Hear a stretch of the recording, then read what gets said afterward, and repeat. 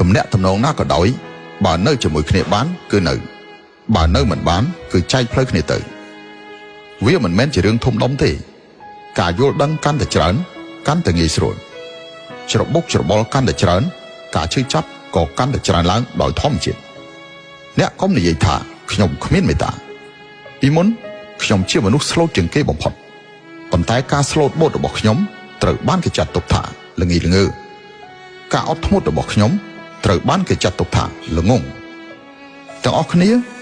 សុទ្ធតែធ្វើជាមនុស្សលើកទី1អ្នកណាក៏មិនចាំបាច់ត្រូវបំផ្លាញអ្នកណាដែរអ្នកណាក៏មិនត្រូវការទៅផ្គប់ចិត្តអ្នកណាដែរនៅលើโลกនេះអ្វីដែលគួរឲ្យខ្លាចពិតប្រាកដមិនមែនខ្មោចទេគឺមនុស្សខ្មោចវាគ្រាន់តែបន្លាចមនុស្សឯមនុស្សវិញគឺធ្វើបាបមនុស្សដូចគ្នា